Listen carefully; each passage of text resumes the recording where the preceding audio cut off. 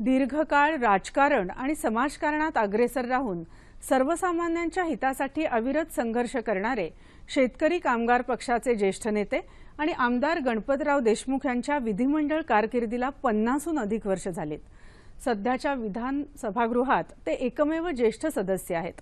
संसदीय कामकाजाचा दीर्घ अनुभव आणि अनेक चढ-उतार त्यांनी पाहिले आहेत। अभ्यासू आणि परखड वक्तृत्व लाभलेले गणपतराव देशमुख आज आपल्या स्टुडिओत आले आहेत। नमस्कार सर, 9:30च्या बातम्यांमध्ये आपलं स्वागत। एवढी मोठी प्रदीर्घ राजकीय आणि सामाजिक तुमची हे आहे पार्श्वभूमी, त्याची सुरुवात कशी झाली? माझं पेनूर, सोलापूर जिल्ह्यातलं पेनूर गाव। बर। त्या गावात स्वातंत्र्य चळवळीमध्ये 9 लोकांना शिक्षा झाली।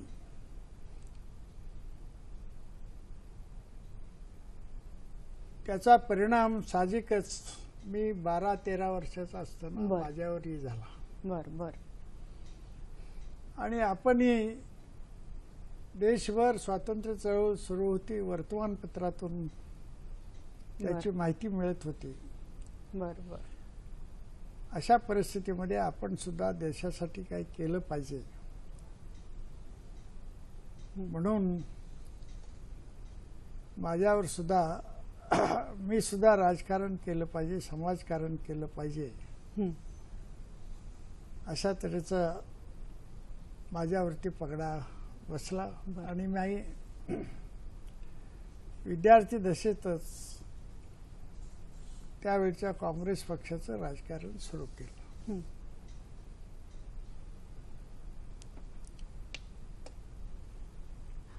आपण सांगोला मतदारसंघातून 11 वेळा निवडून आलात, तर तिथल्या मतदारसंघांनी तुमच्यावर विश्वास ठेवला, याची काय कारण असतील?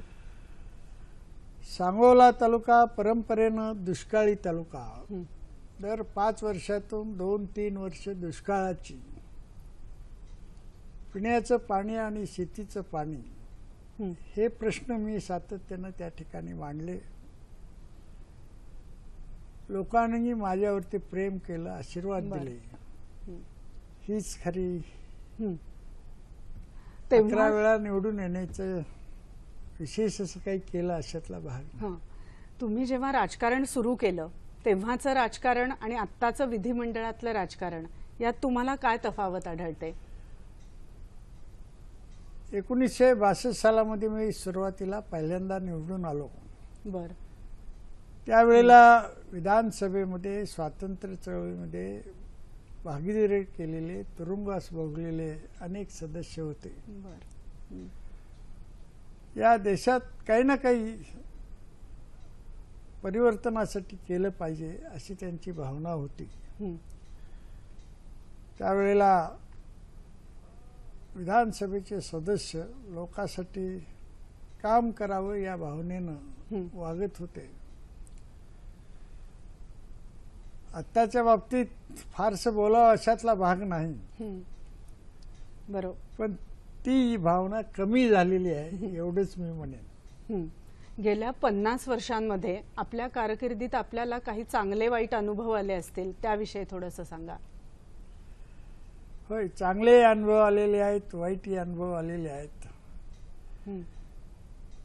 2 अनुभव मी सांगतो। त्यावेळेला आमदार निवासामध्ये आत्तासारख्या स्वतंत्र खोल्या मिळत नव्हत्या। बर। एका अधिवेशनाच्या काळामध्ये मी आणि जामवंतराव धोटे विदर्भवीर एका खोलीत राहत होतो। विधानसभेमध्ये दुष्काळावरची चर्चा सुरू झाली। जामवंतराव ना बोलण्याची संधी मिळाली नाही, सारखी संधी मागत होते। त्यावेळेला टेबलावरती काचेचे गोळे पेपरवेट म्हणून ठेवले जात असत। त्यांनी गोळा उचलला आणि ज्या ठिकाणी लाऊडस्पीकर ठेवले जात होते, नियंत्रित केले जात होते, तिथं फेकला। तो गोळा भिंतीवरती पडला हं. लागला असता तर विचित्र घटना सुद्धा घडली असती. अशा परिस्थितीमध्ये त्यावेळचे वसंतरावजी नाईक हे मुख्यमंत्री होते. त्या सरकारनं विधानसभेमध्ये जामवंतराव धोट्यांचं सभासदत्व कायमचं रद्द करण्याचा प्रस्ताव आणला बर आणि त्यांना कायमचं सभासद रद्द केलं. बर बर ते दुसऱ्या वेळेला निवडून आली, ही गोष्ट वेगळी. हं. ही जशी घटना आहे तशी दुसरी एक घटना 72 सालामध्ये दुष्काळ पडला होता.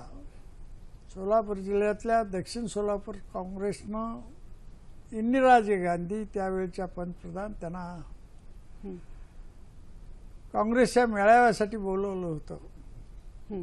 मी, माझे त्यावेळचे सहकारी माजी आमदार जे भाई SM पाटील, हं. दैनिक संचारचे संपादक रंगाअण्णा वैद्य, भाई सर्जेराव सगर, हं. हं. या चौघांनी इंदिराजी गांधींची भेट मागितली आणि दुष्काळाचं निवारण करण्यासाठी आमचे जे विचार होते ती मांडण्याची संधी द्यावी अशा तऱ्हेची विनंती केली. मुख्यमंत्री वसंतरावजी नाईक होते. सोलापूरच्या विमानतळावरती हं. ही भेट घडवून आणली. हं. दुष्काळी कामावरती त्यावेळेला पुरुषाला 3 रुपये आणि महिला कामगारांना 2.5 रुपये हं. अशा तऱ्हेची मजुरी दिली जात होती. हं. हं.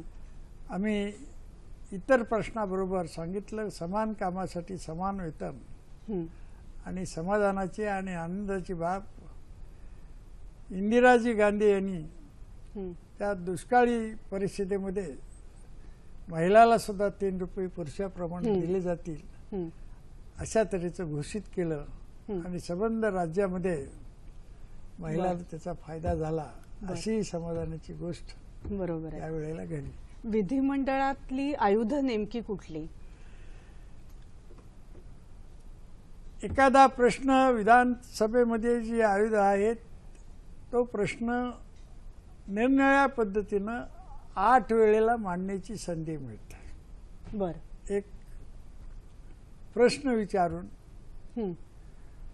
दुसरा अंदाजपत्रकीय अधिवेशनामध्ये कपात सूचना मांडून, लक्षवेधी सूचना आणून, हं. औचित्याच्या प्रश्नाच्या द्वारे ठराव आणून हं. अशा निरनिराळ्या प्रकारे हं. हा प्रश्न विधानसभेमध्ये आयुध वापरून 8 वेळेला उपस्थित करता येतो. बर आणि सातत्यानं त्याच्यावरती मागणी केल्यानंतर तो प्रश्न सोडवला जातो. अशी काही उदाहरणं आहेत. बर हं. नव्याने राजकारणात येणाऱ्या पिढीला तुम्ही काय मार्गदर्शन कराल?